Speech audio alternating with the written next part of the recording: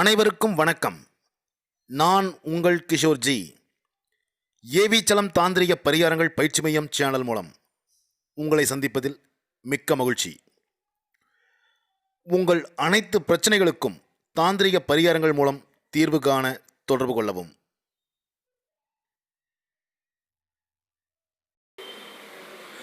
இன்று நம்ம பார்க்க போகிற பதிவு கணவனை வசியம் செய்வது எப்படி.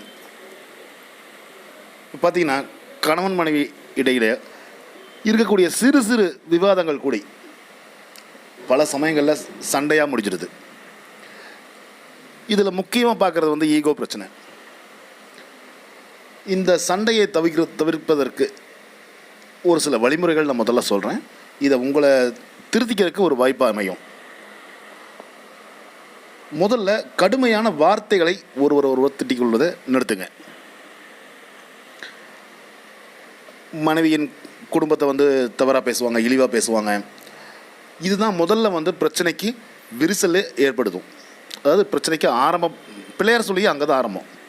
அதாவது மனைவியின் குடும்பத்தை கணவன் தவறாக பேசுவதும், இல்லை மனைவி கணவனின் குடும்பத்தை தவறாக பேசுவதும், இவங்க ரெண்டு பேத்துக்குள்ள எந்த பிரச்சனையுமே இருக்காது. கணவன் மனைவிக்குள்ளே எந்த பிரச்சனையும் இருக்காது.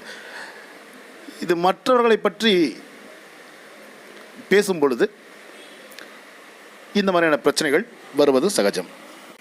அடுத்தது, கணவன் மனைவி சண்டையில் மூன்றாவது நபரை நுழையாமல் பார்த்துக்குங்க. அப்படி நுழைந்தால் பிரச்சனை வேறு வடிவத்தில் சென்றுவிடும்.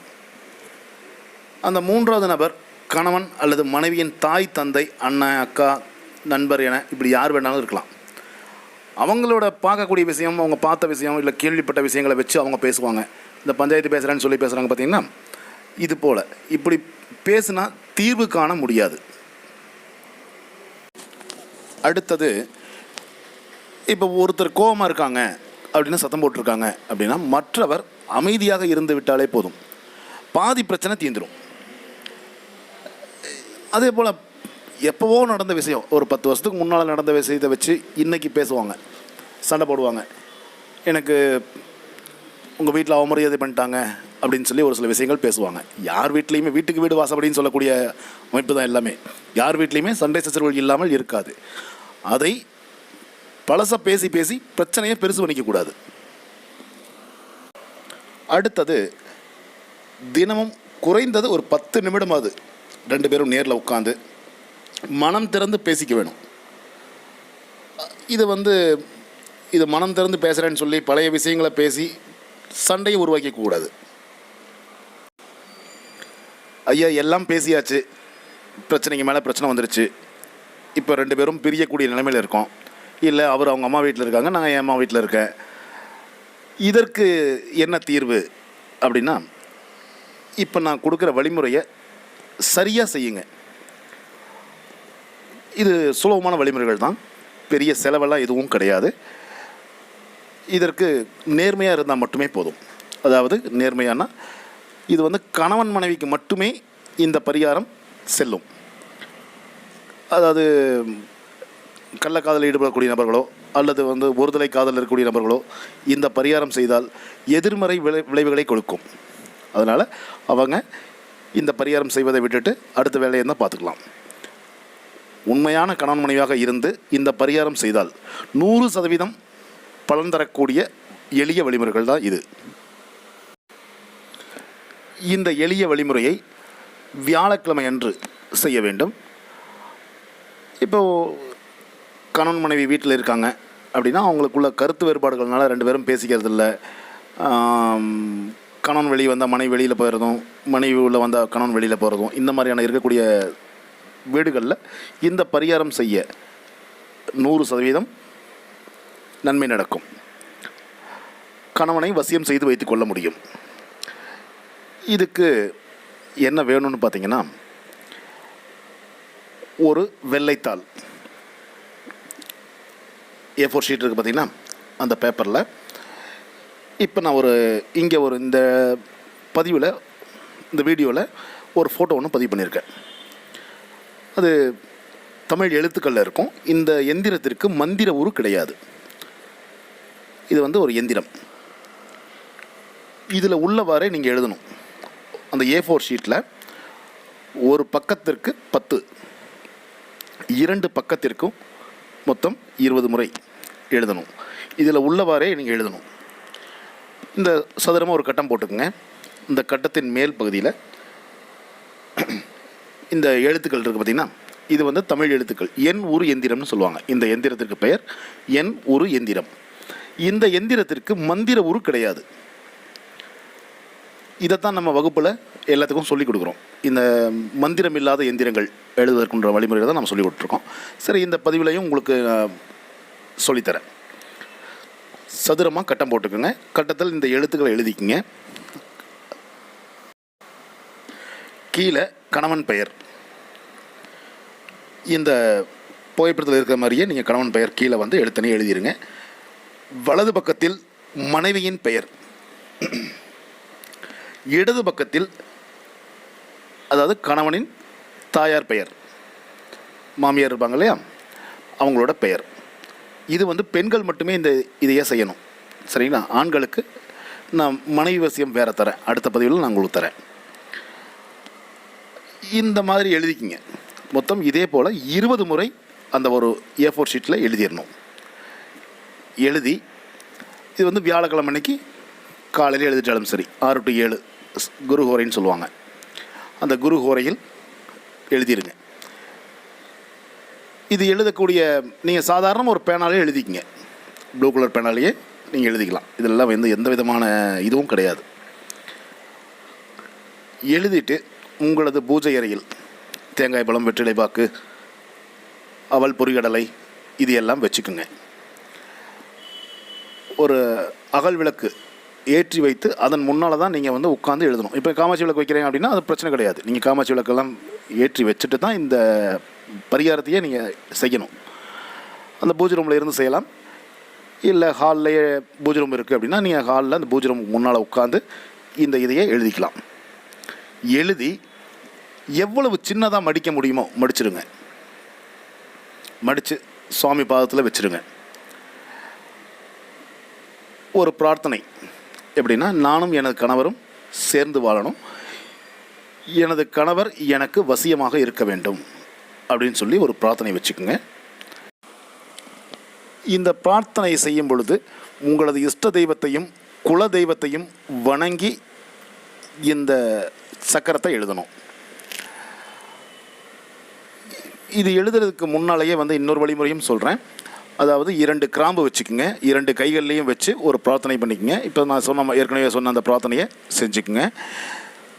பிரார்த்தனையை பண்ணிவிட்டு அந்த 2 கிராம்பையும் 2 கண்ணப்பகுதியில், அதாவது வாய்க்குள்ளே 2 பக்கமும் வச்சுக்குங்க. வச்சுக்கிட்டு இந்த இதையை சொல்லிக்கிட்டே எழுதுங்க. அந்த சக்கரம் போடுங்க. 20 முறை இந்த சக்கரத்தை எழுதுங்க. எழுதிட்டு அதைய சின்னதாக மடித்து உங்களது இடது கையில் வைத்து வலது கையால் மூடி வலது தொடைமேல் வச்சுக்குங்க. ஒரு சங்கல்ப விடப்போம் இல்லைங்களா, அதுபோல் வச்சுக்கிட்டு உங்களது இஷ்ட தெய்வத்தையும் குல தெய்வத்தையும் பிரார்த்தனை செய்யுங்க. எனது கணவன் எனக்கு வசியமாக இருக்க வேண்டும் அப்படின்னு செய்யுங்க. இதை செய்து முடிச்சுட்டு இந்த பிரார்த்தனையை குறைந்தது ஒரு 15 நிமிஷம் 20 நிமிஷமாவது நீங்கள் அந்த பிரார்த்தனையை சொல்லிவிட்டு திரும்ப சொல்லிகிட்டே இருங்க. இது மந்திரம் போல் எனது கணவன் எனக்கு வசியமாக இருக்க வேண்டும் சொல்லிவிட்டு நீங்கள் திரும்ப சொல்லும் பொழுது தான் இந்த இதுக்கு வந்து அதிகமான வேலை செய்யும். நீங்கள் எழுதும் பொழுது கவனச்சிதறல் இல்லாமல் எழுதணும். அதே போல் அடித்தல் திருத்தல் இல்லாமல் எழுதணும். அடித்தல் திருத்தல் இருந்துச்சுன்னா அதை வந்து நீங்கள் எடுத்து போட்டுருங்க. மீண்டும் புதுசாக ஒரு பேப்பரில் எழுதுங்க. அடுத்தது இந்த எழுதி முடித்த பிறகு சாமி படத்துக்கிட்ட வச்சு கற்பூர தெய்வம் ஊதுபத்தி எல்லாம் காமிச்சு வழிபாடு செய்துட்டு இதையை எவ்வளவு சின்னதாக மடிக்க முடியும் மடிச்சிங்க இல்லையா, அதையே உங்களது கணவரின் பயன்படுத்தக்கூடிய தலையணையில் கொஞ்சம் ஒரு பக்கத்தில் கிழிச்சு விட்டு அதுலேருந்து கொஞ்சம் பஞ்சை வெளியே எடுத்து அந்த பஞ்சுக்குள்ளே வச்சு தைச்சிருங்க. அது வந்து உள்ளே மீண்டும் அந்த தலானைக்குள்ளே வந்து வச்சதே தெரியாத அளவுக்கு வச்சு தைச்சி விட்டுருங்க. இப்படி செய்யும் பொழுது உங்களது கணவன் உங்களுக்கு வசியமாக இருப்பார். இது வந்து கணவன் வசியத்துக்கு அப்படின்னா மற்ற பெண்கள்கிட்ட தவறான உறவில் இருக்கக்கூடிய நபர்களுக்கும் இந்த பரிகாரம் செல்லும்.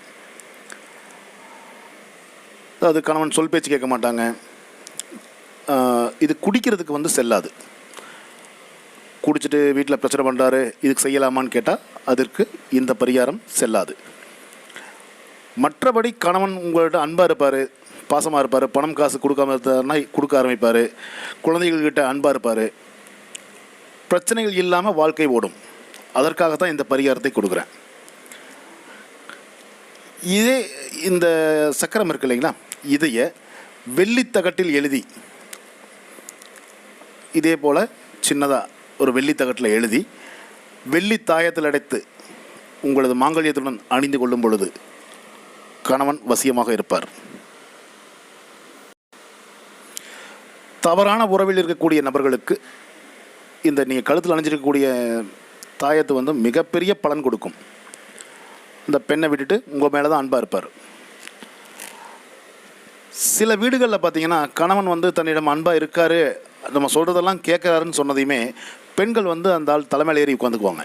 இது என்னோடய அனுபவத்தில் நான் நிறையா பார்த்துருக்கேன். பெண்கிட்ட வந்து உட்காரக்கூடிய, நேரில் வந்து சந்திக்கக்கூடிய பெண்கள் என்ன பண்ணுவாங்கன்னா, சாமி என்கிட்ட அழுகிறாங்க, அடிக்கிறாங்க, என்னை கொள்கிறாங்க, எனக்கு வீட்டுக்கு சாப்பாடு பணம் தர மாட்டுறாரு, குழந்தைகளை கவனிக்கிறது இல்லை இப்படின்னு சொல்லி நிறைய பிரச்சனைகள் சொல்லுவாங்க. சரி, அவங்கள வந்து ரொம்ப கஷ்டப்படுறாங்களேன்னு சொல்லிட்டு நம்மளும் அவங்களுக்கு இது போல் ஏதாவது ஒரு ரெடி பண்ணி கொடுத்தோம் அப்படின்னா, அந்த கணவன் வந்து அமைதியாக இருக்கார், வீட்டுக்குள்ளே எந்த பிரச்சனையும் செய்வதில்லை, சம்பளம் கொடுக்குறாரு, அன்பாக இருக்கார் அப்படின்னா இந்த பெண்கள் வந்து அவங்க தலைமையில் ஏறி உட்காந்துடுறாங்க. ஒவ்வொரு மனிதனுக்கும் சுய கௌரவம்னு ஒன்று இருக்கும். அந்த சுய கௌரவத்தை டச் பண்ணாத வரைக்கும் யாருக்கும் எந்த பாதகமும் இருக்காது. இந்த பெண்கள் வந்து அவரை ரொம்ப சிரமப்படுத்தும் பொழுது அந்த வசிய கட்டு உடைந்து போயிடும். இது நிறைய பேத்துக்கு தெரியறதில்லை. இன்னும் சில பெண்கள் என்ன பண்ணுவாங்கன்னா, தனது கணவரை தனது இஷ்டப்படி ஆட வைப்பாங்க. எவ்வளவு வருமானம் வந்தாலும் அந்த வருமானத்தை வச்சு மிச்சம் பண்ணி செலவு பண்ணலாங்கிற எண்ணம் குறைவாக. எல்லாத்தையும் தப்பு சொல்ல, ஒரு சில பெண்கள் அந்த மாதிரி இருக்காங்க. அவர்களுக்கு இந்த பரிகாரம் செய்யும் பொழுது கொஞ்சம் கவனமாக செய்யுங்க. அவர்களுடைய சுய கௌரவத்துக்கு இழுக்கு ஏற்படாத அளவுக்கு பார்த்துக்குங்க. அப்படி ஏற்பட்டால் வசியக்கட்டு உடைஞ்சிருச்சு அப்படின்னா மீண்டும் வசியம் செய்வது கொஞ்சம் சிரமமாக இருக்கும். இந்த வழிமுறையை, இந்த சக்கரத்தை நல்ல வழிக்கு தயவு செஞ்சு பயன்படுத்துங்க. கணவன் வந்து தனது தாயாரை பார்க்கறதுக்கு அனுமதிக்காமல் இருக்கிறது, தனது உடன்பிறப்புகளுக்கு, அதாவது தங்கச்சி, அண்ணன், தங்கச்சி இவங்களுக்கெல்லாம் வந்து எந்த விதத்துலேயும் உதவி செய்யறதுக்கு தடையாக இருக்கீங்க அப்படின்னா அது எல்லாம் கொஞ்சம் சரி செஞ்சுக்குங்க. இது எல்லாம் வந்து செய்யும் பொழுது அவருக்கு வந்து சுய கௌரவம் இடிக்கும். அப்போது அந்த வசியக்கட்டு உடைந்துடும். அதனால் கொஞ்சம் கவனம் எடுத்து செய்யுங்க. இந்த பரிகாரம் 100% வேலை செய்யக்கூடிய ஒரு பரிகாரம். இதை நல்ல வழிக்கு பயன்படுத்தி சந்தோஷமாக இருங்க. நல்லது நடக்கும். வாழ்க வளமுடன்.